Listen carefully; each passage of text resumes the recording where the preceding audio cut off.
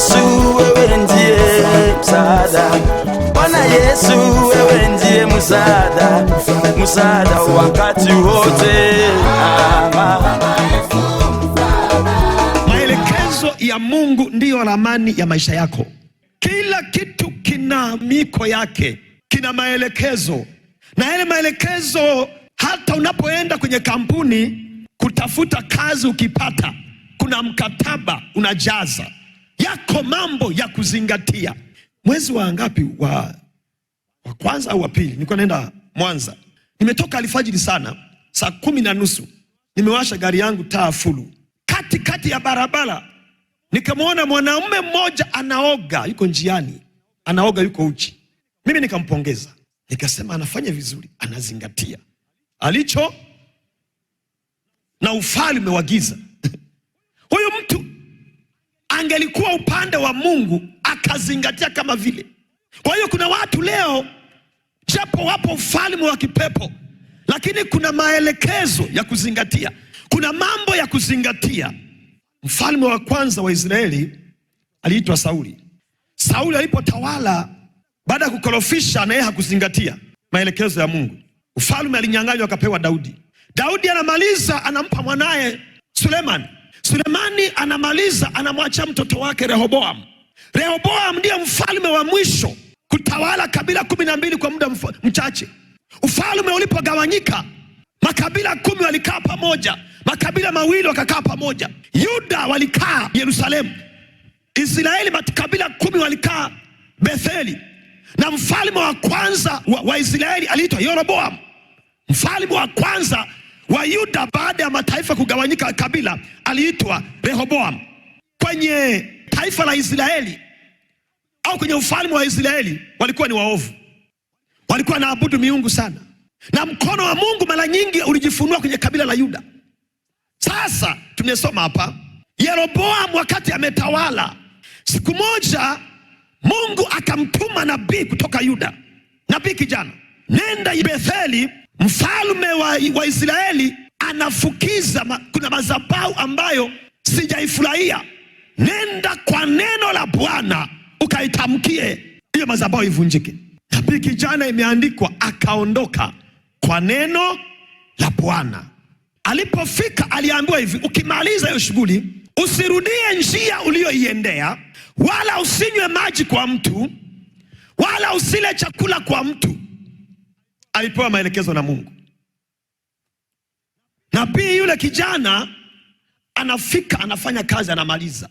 Wakati anatamka neno la Mungu, madhabahu ikapasuka.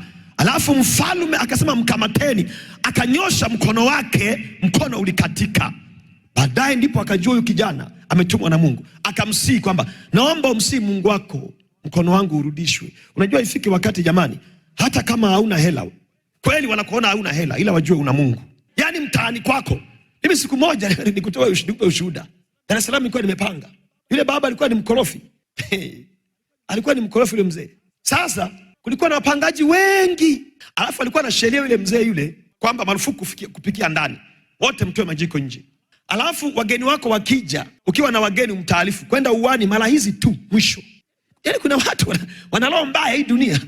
Hata mimi wakawa wananizalau sana, wananiita kwamba mimi nilikuwa nikifunga jiko hawaoni nje, kakosa hela, na mzee mwenyewe asapoti.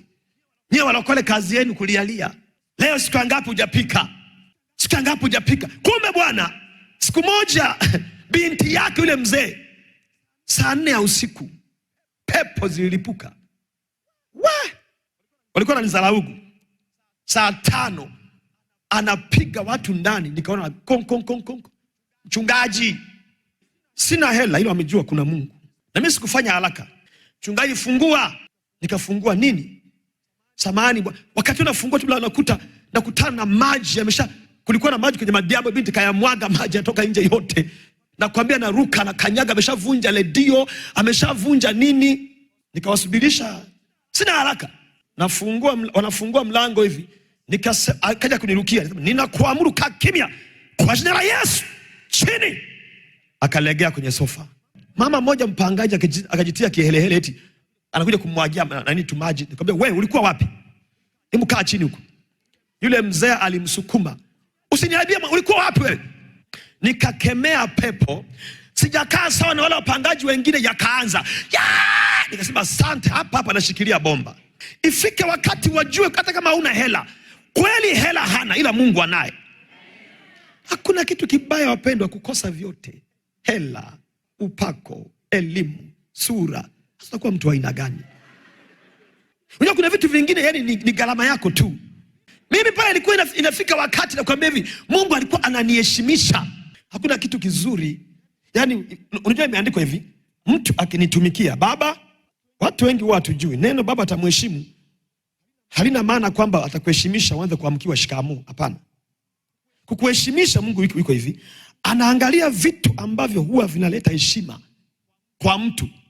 Kama wewe ni mpangaji, umezalauliwa, anakupa nyumba. Kama umezalauliwa sababu unapanda bodaboda, anakupa usafiri. Kama umezalauliwa huna kazi, anakupa ajira. Na ndio maana sasa ukiwa na nyumba, gari, automatically heshima inakuja. Mimi leo kuna watu wananiheshimu leo, naheshimika kabisa. Bwana Yesu wewe ndiye msaada. Bwana Yesu wewe ndiye msaada.